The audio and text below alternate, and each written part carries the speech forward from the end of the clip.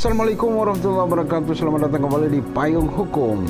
Channel ini akan menyajikan beberapa informasi seputar pengadilan agama terkait dengan masalah keluarga dalam hukum Islam. Apa saja perkara yang bisa ditangani oleh pengadilan agama, bagaimana caranya, berapa biaya, semua lengkap di channel ini. Jangan lupa subscribe dan bagikan jika video ini bermanfaat dan penuh inspirasi.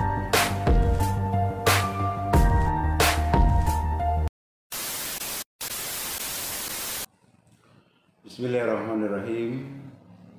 Assalamualaikum warahmatullahi wabarakatuh.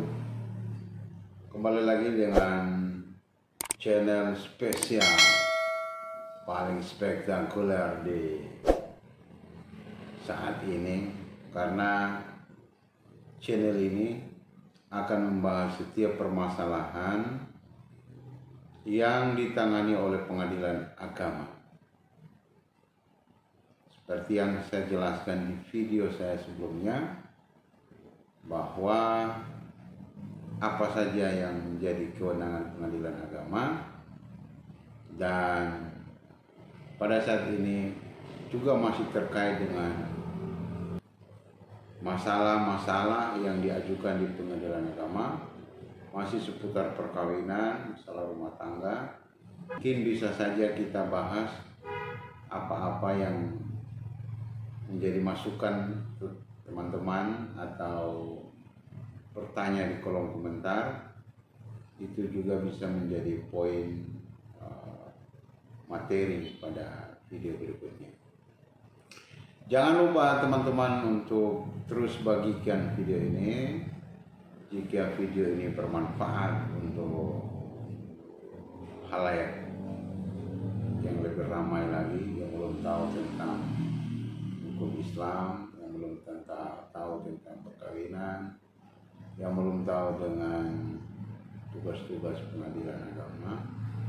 Segera bagikan, share di grup WA, Facebook, Instagram. Mudah-mudahan ini teredukasi buat teman-teman yang belum tahu, bisa mendapatkan informasi baru. Dan untuk teman-teman saya mahasiswa, mudah-mudahan ini bisa menjadi energi positif untuk lebih banyak lagi mendalami pengetahuan tentang tugas-tugas kewenangan pengadilan agama dan hukum Islam yang mengatur terkait dengan perceraian dan segala akibat hukumnya. Yang telah saya jelaskan dalam video saya sebelumnya. Baik, tema kita pada kesempatan kali ini atau video kali ini adalah sesuai pertanyaan dari salah satu subscriber. Beliau menanyakan bahwa apa hukumnya jika suami atau istri mengucapkan kata talak atau cerai.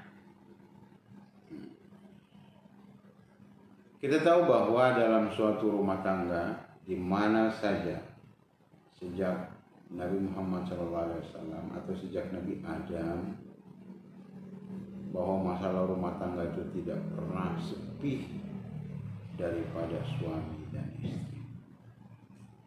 Ya, tidak ada orang yang tidak ada masalah. Semuanya itu ada masalah.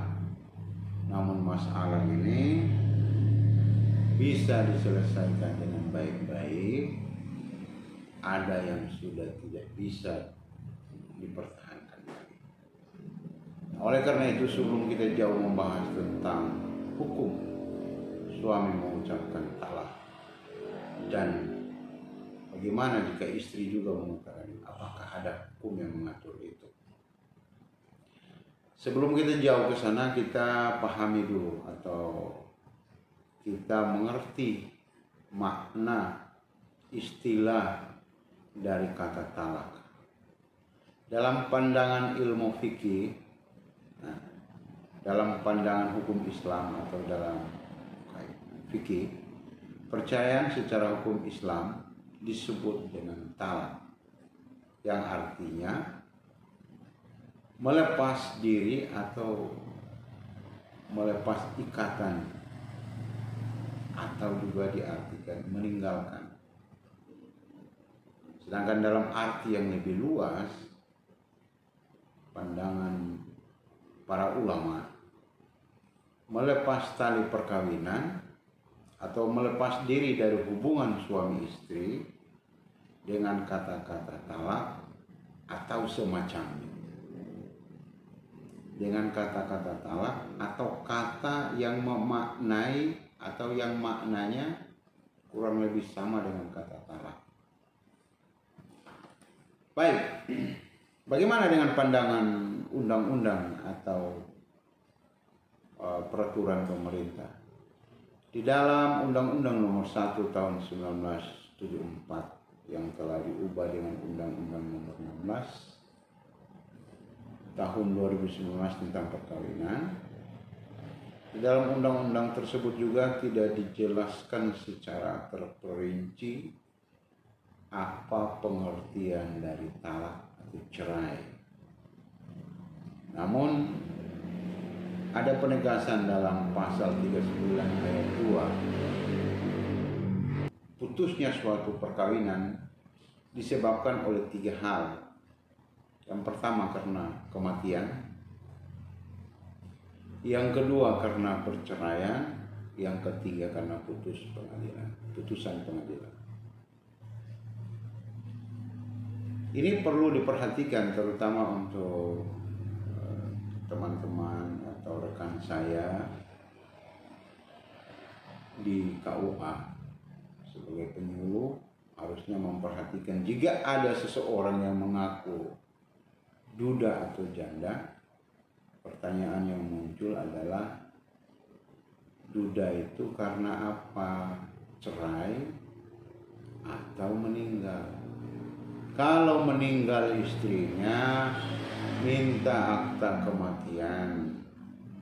Kalau cerai, minta akta cerai.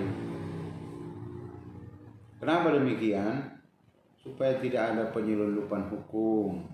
Ada orang yang ngaku-ngaku istrinya sudah meninggal, padahal kasihan istrinya di kampung itu susah payah membesarkan anak-anaknya.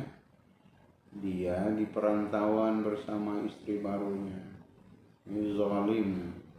Wahai para bapak-bapak yang ada di rantau, ingat itu darah dagingmu, diminta semua pertanggungjawabannya kepada Allah Subhanahu wa Ta'ala.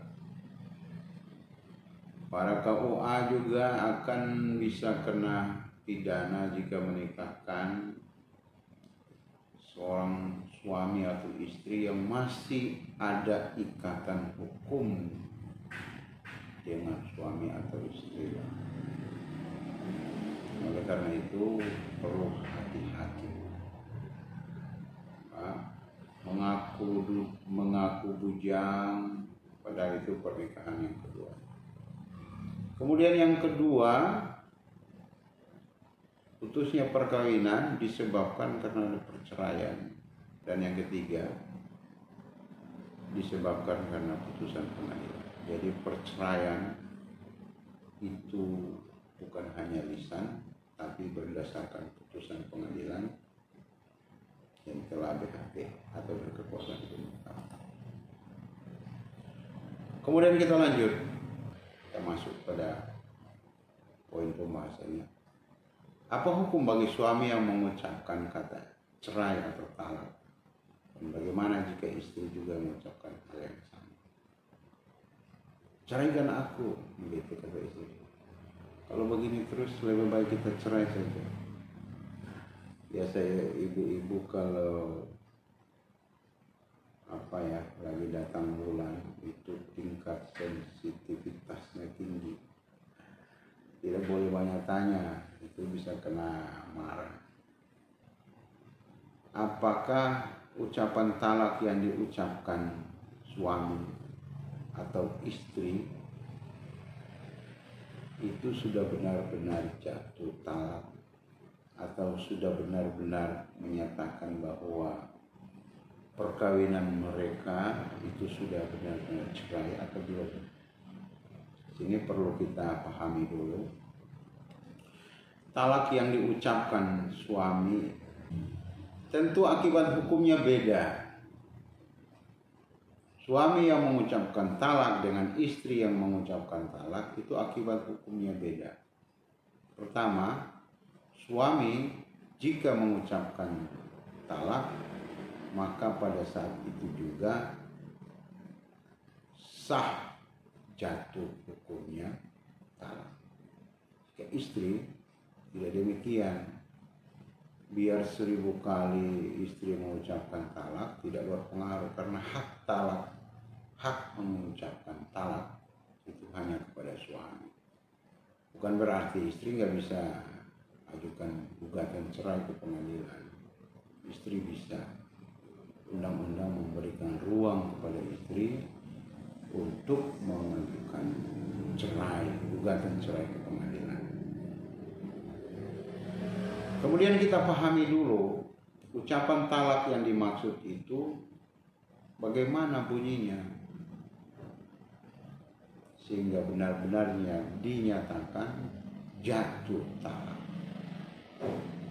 atau perkawinan itu dianggap cerai karena ucapan talak itu. Maka perlu diketahui bahwa ucapan talak itu dibagi menjadi dua. Pertama, karena ucapan talak itu diucapkan secara syar'i atau dalam bentuk ucapan yang jelas, nyata, pahami tujuannya. Yang kedua, diucapkan dalam bentuk kinayah, perumpamaan, kiasan. Hukumnya bagaimana? Talak yang syar'i atau yang diucapkan dengan lafaz yang jelas, lafaz yang dipahami oleh istri dan suaminya sendiri paham isi kalimat itu. Misalnya suami berkata bahwa saya ceraikan engkau dengan talak 1, atau saya ceraikan kau. Lebih baik orang dua cerai. Nah, lebih baik kita berdua pisah, atau lebih baik kita berpisah. Itu sudah jatuh hukum talak. Artinya pada saat itu ikatan rumah tangga yang dibangun dengan kekuatan misalkan ghalidhan, dengan ikatan yang kokoh, rapuh, hancur, bercerai-berai dengan satu kalimat yang namanya talak. Talak itu menyudahi hubungan ikatan perkawinan. Artinya dengan ucapan itu maka tidak boleh lagi suami menggauli istrinya pada malam harinya sebelum suami ini merujuk istrinya, dan istrinya ini belum habis masa iddahnya. Artinya ketika ucapan talak itu dijatuhkan, dikeluarkan, diucapkan oleh suami, saat itu juga terjatuh talak dan berlaku bagi istrinya, yaitu istrinya punya hak masa iddah atau punya hak menerima nafkah selama masa iddah. Kenapa demikian? Karena dalam masa iddah itu suami punya hak untuk rujuk, dan sebelum masa rujuk itu selesai, masa iddah itu selesai, suami sudah rujuk, maka sahlah sebagai suami istri. Kita cukupkan dulu untuk video kali ini. Jangan lupa bagikan video ini jika video ini bermanfaat, bisa memberikan informasi, edukasi terkait dengan tugas dan kewenangan pengadilan agama dan seputar hal-hal yang berkaitan dalam rumah tangga. Yang kita coba bahas dalam perspektif hukum Islam dan undang-undang. Kemudian jangan lupa tekan tombol like dan share sebanyak-banyaknya kepada siapa saja, mudah-mudahan bermanfaat. Dan tekan tombol lonceng. Kenapa? Supaya Bapak Ibu tahu video saya berikutnya di yang baru, Bapak Ibu bisa ketahui melalui notifikasi lonceng.